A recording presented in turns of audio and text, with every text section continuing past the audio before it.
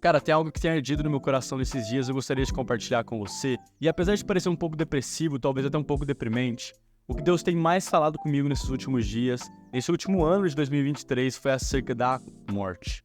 Eu sei que para muitos a morte pode parecer um fim, pode ser algo visto de maus olhos, mas quanto mais eu olho para a Bíblia, quanto mais eu olho para Jesus, me parece que a morte é muito mais um meio, sabe? Foi através da morte, foi por meio da morte que Jesus, após isso, encontra a ressurreição. E é interessante porque tem um texto bíblico, em Mateus 16, 24 e 25, que é o texto, inclusive, que o Bob Sorge ele fala no seu livro, A Cruz, se eu não me engano, foi o versículo que Jesus ele mais repetiu, a passagem que ele mais repetiu. Só existe um versículo e uma passagem que Jesus repetiu 4 ocasiões diferentes e está nos 4 evangelhos em momentos diferentes. E é justamente essa. Jesus disse aos seus discípulos, se alguém quiser acompanhar-me, negue a si mesmo, tome a sua cruz e siga-me. Pois quem quiser salvar a sua vida, a perderá. Mas quem perder a sua vida por minha causa, esse encontrará. Mas, afinal de contas, o que esse texto tem a ver com a morte? Por que eu preciso compreender a morte? Por que eu preciso pensar nisso? É interessante porque no livro de Anselm Grun, O Céu Começa em Você, ele conta a história, né, de um homem que foi até um padre monástico que ficava no deserto, e ele pergunta para esse ancião o que ele deveria de fazer para alcançar a salvação. O ancião responde para ele que o ideal seria ele ir no cemitério e começar a zombar dos mortos, começar a tacar pedra nos túmulos e começar a zombar daquele povo. E é isso que o servo faz, ele escuta o ancião, ele vai no cemitério, e ele chega no cemitério e começa a zombar, começa a criticar, começa a insultar os mortos. E adivinha o que acontece? O que era esperado? Nada. Então ele volta até o ancião e ele relata o que aconteceu. Olha, eu fiz o que você falou, eu cheguei lá no cemitério, eu comecei a insultar, só que não aconteceu nada. Então o ancião responde para ele, ótimo, maravilha, agora você vai fazer a segunda etapa, você vai lá novamente e você vai começar a elogiar aqueles homens. E o servo de prontidão, ele resolve fazer a mesma coisa, ele volta no cemitério e agora, ao invés de tacar pedra, insultar e ofender, ele começa a liberar elogios para aqueles homens, santos, apóstolos, homens de Deus e não sei o que, ele começa a elogiar, e agora, para surpresa de todos, o que acontece?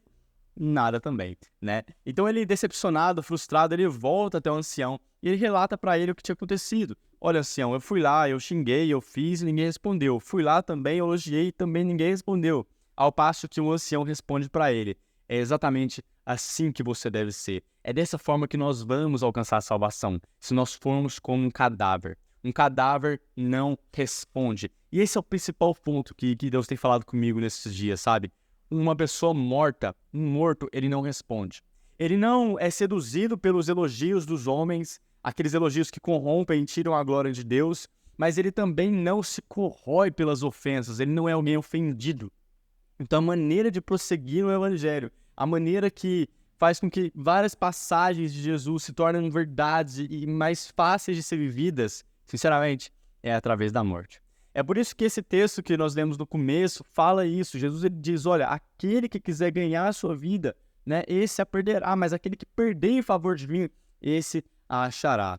Eu estou convicto que nesses últimos dias o que nós precisamos não é de mais homens que sabem viver, que sabem o que é vida, mas de homens que conhecem a morte, que sabem o que é morrer para si mesmo, que sabem o que é se negar. Sabe, até saindo um pouquinho da Bíblia, se eu não me engano, Immanuel Kant ele diz o seguinte, liberdade é fazer aquilo que você não quer. Para muitas pessoas, liberdade é você se render a tudo aquilo que você quer. Ah, deu na telha, eu vou fazer, eu tô com vontade de fazer isso, eu vou fazer, tô com vontade de comer isso, eu vou comer, né? Mas Kant ele dizia isso, que liberdade é você fazer o que você não quer. Porque é quando você decide fazer algo que o seu corpo não quer, que você está conseguindo, sabe, tomar uma decisão ativa, você não está sendo refém das suas vontades. E no fim das contas, a morte é sobre isso, sabe? A morte é sobre você morrer para aquilo que as pessoas pensam sobre você, por seus desejos, para suas vontades. E é só por meio da morte que nós vamos conseguir realmente conhecer o que é vida, sabe? O que é liberdade. Porque se eu não for alguém que estou morto para esse mundo, eu sempre vou me tornar refém das opiniões, sabe? Eu sempre vou ser alguém ofendido.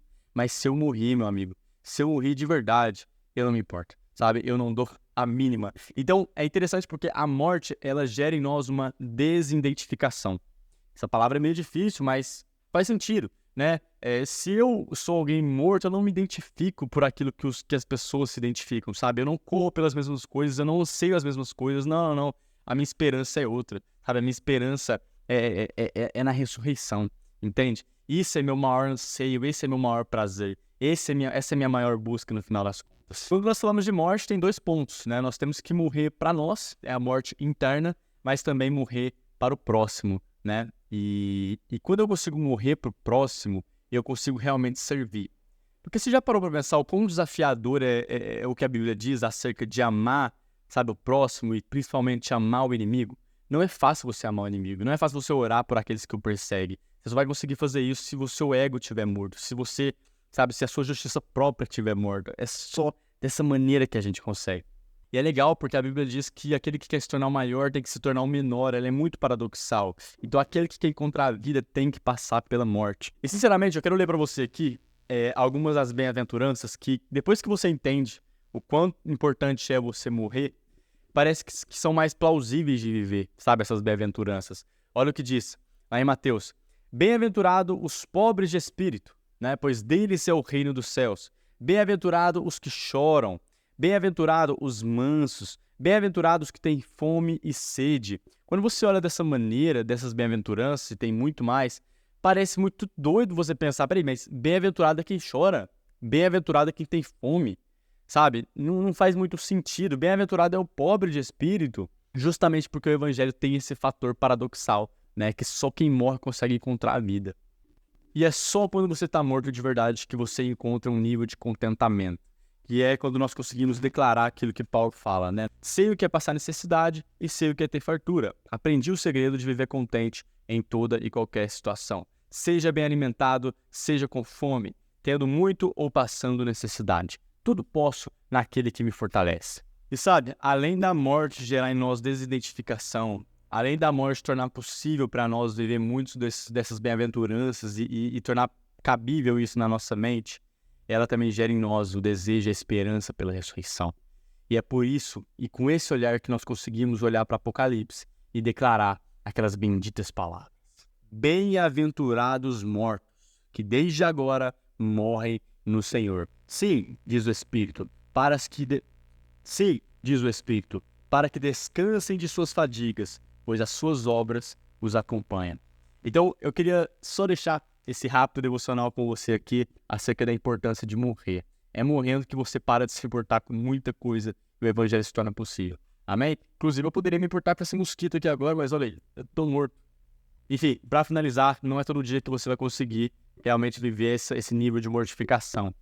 Para tornar isso possível é de fato uma disciplina, né? O jejum, a oração, enfim, tudo isso nos leva a uma mortificação diária. É um processo, né? Você não acorda do dia para a noite já com esse sentimento dentro de você, mas eu acredito que com perseverança a gente alcança lá. Beleza? Gostaria de você compartilhar esse vídeo com o que você acha legal. Se você achou bacana, comenta aqui alguma coisa, curte, compartilha. E é isso. Um abraço e tchau.